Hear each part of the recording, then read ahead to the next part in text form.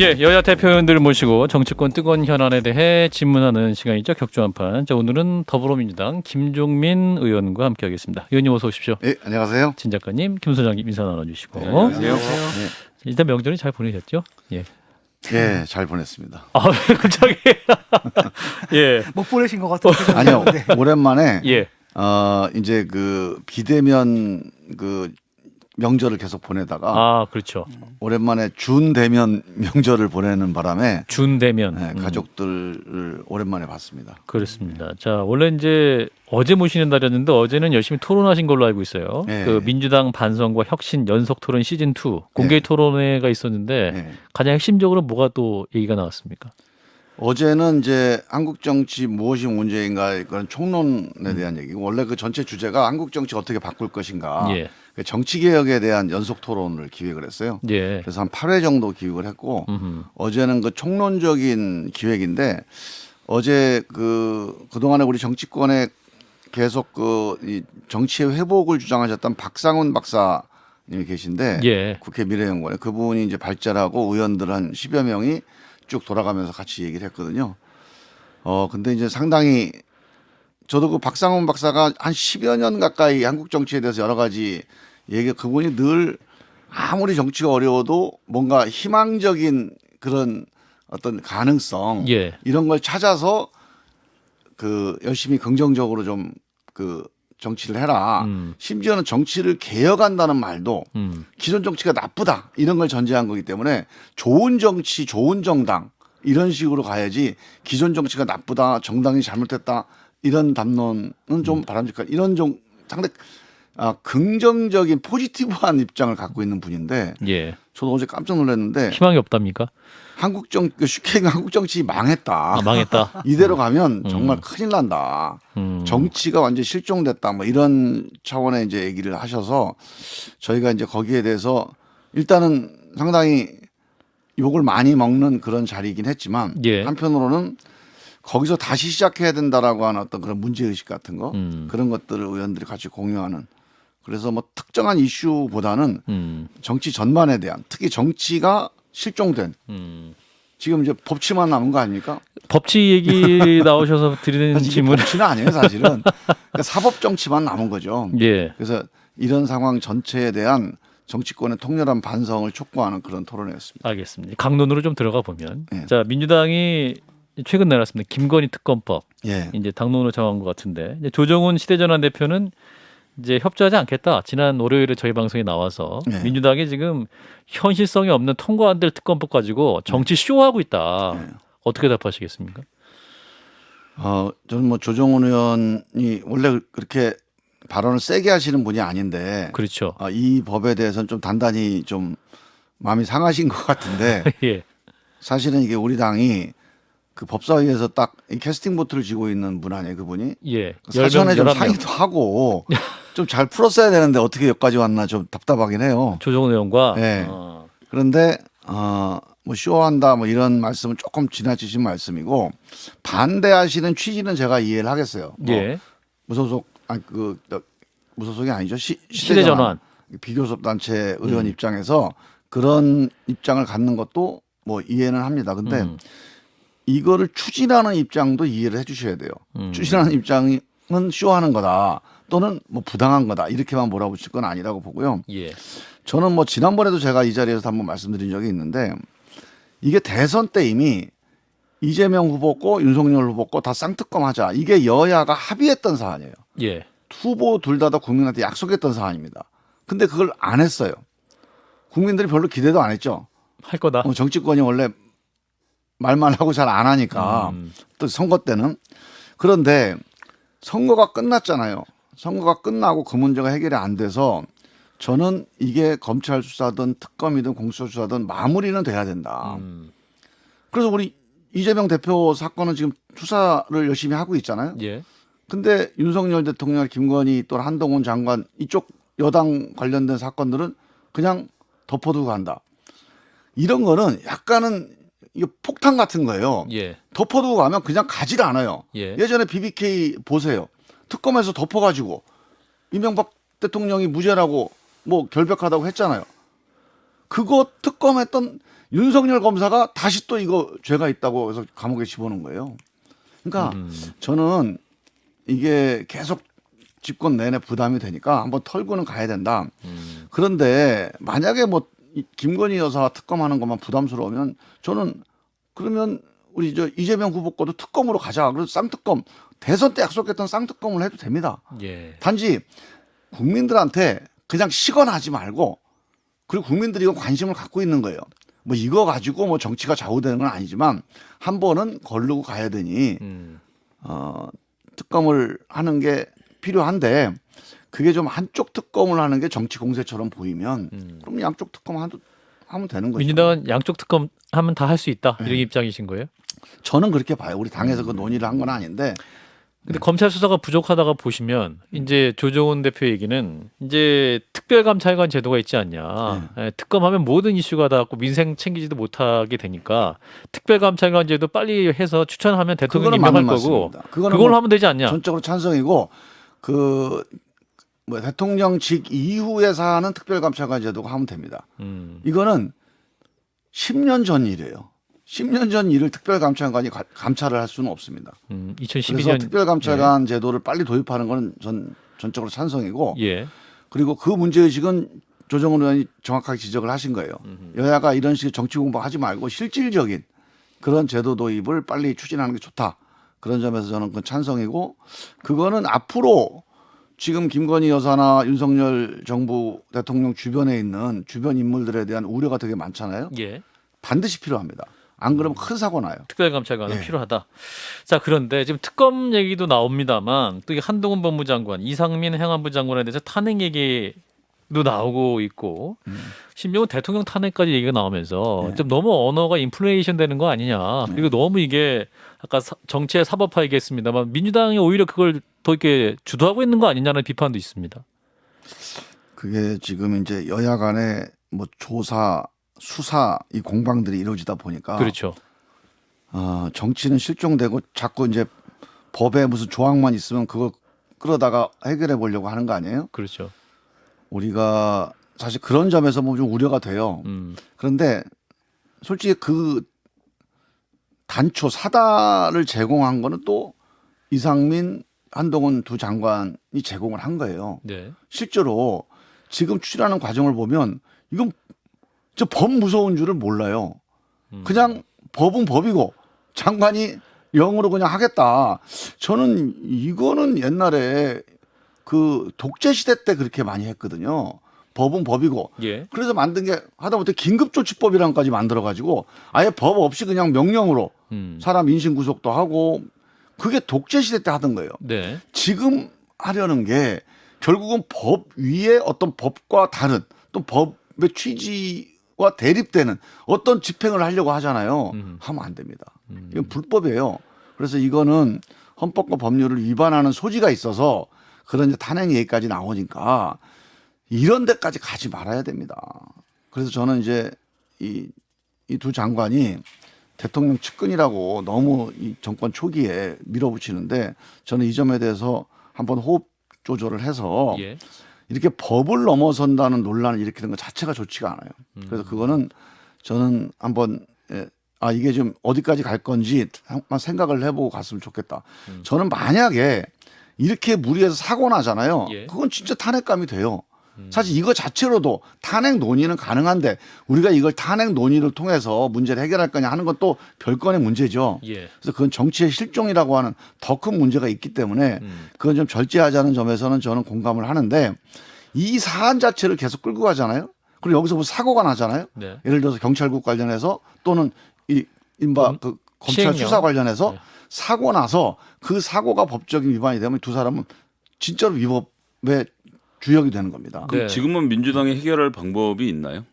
그러니까 저는 이런 문제를 선의에 기대할 수는 없지 않습니까? 기댈 수는 힘만 없지 가지고 않습니까? 해결되는 게 아니고 또 네. 힘 가지고 간다고 뭐 우리 힘만 가지고 해결되는 건 끝장나는 건 아니에요. 네. 그래서 저는 결과적으로 이런 문제 정치는 뭡니까? 우리가 사법 탄핵을 한다면 헌법재판소 가야 되잖아요. 숫자 갖고 되는 게 아니에요. 예. 헌법재판소 재판관들한테 정치를 맡기는 거 아닙니까? 근데 우리가 이런 사법 말고 정치를 하자는 건 뭘 하자는 거죠? 누구한테 맡기는 거예요, 정치는? 민심에 맡기는 거예요. 네. 민심 경쟁에서 이겨야 됩니다.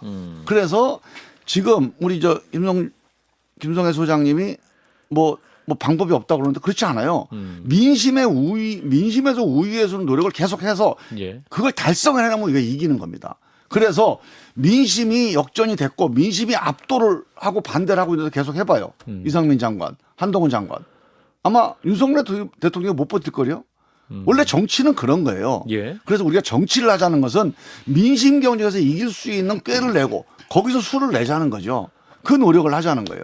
근데 이 노력을 안 하거나 하다가 중단하거나 자꾸 이제 법정으로 끌고 가버리게 되면 민심은 그때는 지켜봅니다. 그래 한번 해봐라. 법에서 뭐라고 판단하는지. 그러면 우리가 민심의 힘을 가지고 이 문제를 처리할 수 있는 기회가 없는 거예요. 그럼 법원에 맡겨야 돼요. 그 판사나 헌법재판관한테 맡겨야 되는데 예. 이게 복불복입니다.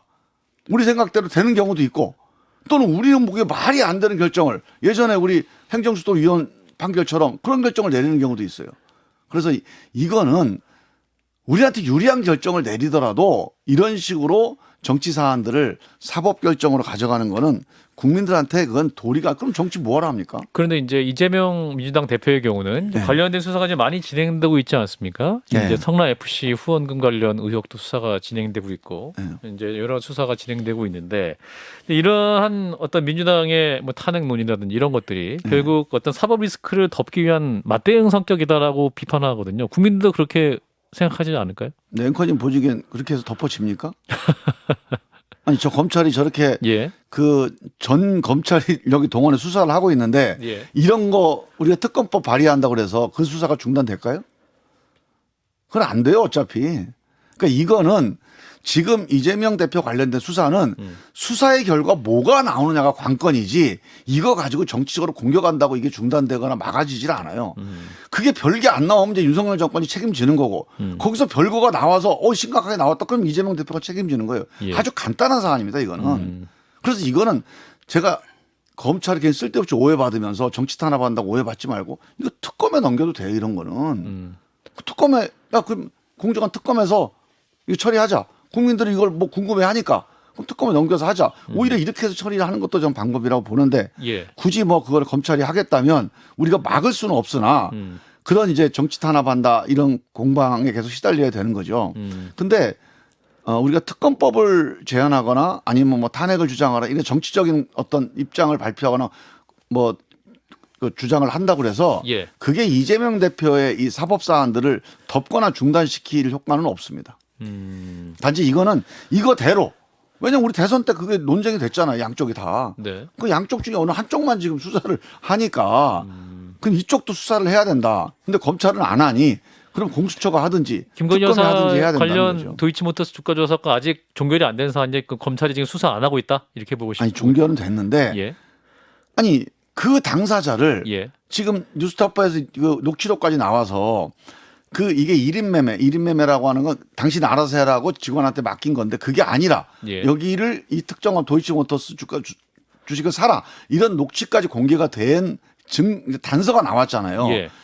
그렇다면 일단 소환 조사는 한번 해봤어야죠. 근데 그거는 그래서 새로운 것도 아니고 검찰들이 이미 다 갖고 있는 거고 그래서 심지어 재판에 증거로 지금 나온 거 아니겠습니까? 그러니까 이해가 안 가는 거예요. 그러니까 그걸 그럼 누구한테 물어봐야 되냐? 박범계 그때 수사 지휘했던 게 추미애 박범계 장관 아니, 아니겠습니까? 그렇지 않아요. 그거는 이제 당시에 그다음에 수사검사들한테 물어봐야 되는데 이성용 검사장한테 물어보고 왜냐하면 그 사람들은 거기 정말로 잡으려고 투입됐던 그 사람들인데 그 사람들이 기소는커녕 소환도 못했다라고 한다면 거기에 따라 분명히 이유가 있을 거라는 거예요. 근데 그 이유를 들어본 다음에 그 이유가 합당하지 않으면 그 다음에 특검 얘기라든지 해야 되는데 지금 아무도 그 얘기를 안 하고 박범계 장관도 아무 얘기 안 해요. 추미애 장관도 아무 얘기도 안 하고 이성용 중앙지검장도 아무 얘기도 안 하고. 그 왜 그런 겁니까? 진 작가님이 이제 약간 그 검찰 수사 과정을 잘 모르셔서 그러는데 검찰 수사에 대해서 그 세부적인 하나하나 사안까지 총장이나 지검장이 무슨 일일이 지시를 할 수가 없고 특히 이 사안은 얼마나 예민한 사안입니까? 당시 검찰총장의 문재인 부인의 정부와 가까운 검사 또는 윤석열과 가까운 검사 이 싸움 속에서 누구라도 한마디를 거들면 이거는 정치적으로 크게 비화될 수 있는 사건이에요. 예. 바로 다음에 조중동에 나오고 또 진 작가님 라디오 나와서도 뭐라고 막 공격을 하게 돼 있어요. 그래서 이거는 일선 검사가 이렇게 결정을 하고 판단했다 그러면 예. 웬만한 다른 사안이 있지 않으면 이걸 위에서나 장관이 뒤집는다는 그러니까 거는 민주당 측에 정치적으로 너무 어려운 사안이어서 간 거라고 좀 봐요. 예. 근데 지금 제가 그냥 딱 한 가지만 놓고 보면 예. 난 이걸 왜 소환 조사를 해서 정말 만약에 수사를 하려면 예. 깔끔하게 자 소환 조사를 해봤는데 예. 본인의 해명이 그럴듯하다. 이 기록을 남기고 나서 덮었으면 그나마 지금 검찰이 조금 입장이 좀 편할 텐데 예. 나는 왜 그걸 안 했을까 잘 이해가 안 가요. 뭐 그럴 만한 사정이 있겠죠. 그걸 지금 모르시잖아요. 그거를 근데 모르니까 제가 답답한 근데 거예요. 이제 그걸 민주당에서는 저한테 가르쳐 주시면 저도 입장을 좀 이루어드릴게요. 그게 황당하다는 거니까 민주당에서는 그러니까 검찰이 자기 식구 봐줬다 이렇게 나가지 않습니까? 근데 그건 분명히 아닌 걸로 보이거든요. 왜냐하면 그 사람들 잡으려고 그때 뭡니까 총장도 배제했지 않습니까? 직무에서 배제한다고 하고 장관이 직접 개별 사건에 대한 수사를 지휘했단 말이죠. 그다음에 중앙지검장이 했고 이 사람들 다 정권의 충견 노릇했던 사람들인데 얼마나 잡아놓고 싶었겠어요. 그런 사람이 조금 전에 공개된 법원에서 일부 공개된 그런 증거들을 들고도 부르지 못했다고 한다면 분명히 사정이 있을 거라는 거예요. 제가 진 작가님한테 한 가지 여쭤볼게요. 대선 때 쌍특검을 하자 여기에 포함되어 있던 사안이에요 이게. 그때 혹시 찬성하셨어요 반대하셨어요? 저는 그 아무 의미가 없다고 봤거든요. 그러면 예. 자 왜냐하면 쌍특검을 하면 그 대선 때 쌍특검을 하면 그거는 공정한 거다 그렇게 보십니까 아닙니까? 저는 거기에 대해서 뭐라고 생각했냐면 쌍특검은 말뿐이다. 어차피 저러다 끝날 거다. 그 이루어지지도 실현 않을 가능성의 것이다. 문제고 일단 논리적인 합리성 문제는 어떻습니까? 글쎄요, 나는 특검이라는 게 왜 필요한지를 모르겠어요. 그때 쌍특검 하자에 국민의 70% 가까이가 찬성을 했어요.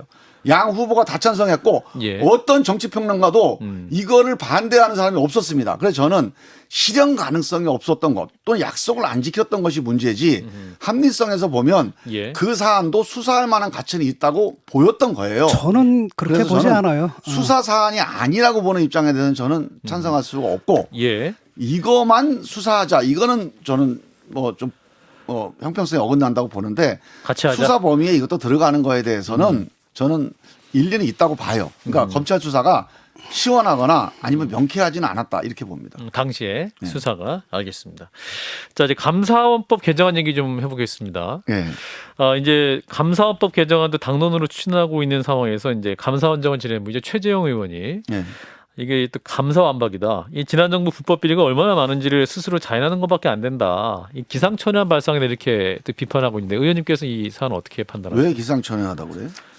그러니까 이 감사를 왜 국회의 허락을 받느냐? 또 필요하다면 감사원의 판단에 따라서 할 수 있으면 해야 되는 거다. 그러니까 이제 이게 이런 거죠. 특정 감사의 경우에는 특정한 인물을 지목하거나 사건을 지목해서 하게 되는데 특정 감사를 받는 경우에 해당 건을 국회에 보고를 하도록 하고 국회 사전 승인을 얻어서 감사를 진행하게 하면 그러면 사실상 감사를 하기 전에 특정 감사를 누구한테 하는 건지를 여야가 다 알게 되고 그리고 또 승인이라는 절차가 만들어지기 때문에 감사원의 독립성이 해쳐진다라는 입장도 있을 것 같거든요. 뭐 그냥 뭐 토론을 해봐야 되는데요. 궁극적으로는 예. 사실은 저는 개헌을 하자고 주장했어요. 개헌. 이번에 감사원의 이 거의 이런 권력남용의 감사원 역사는 없었다고 봅니다.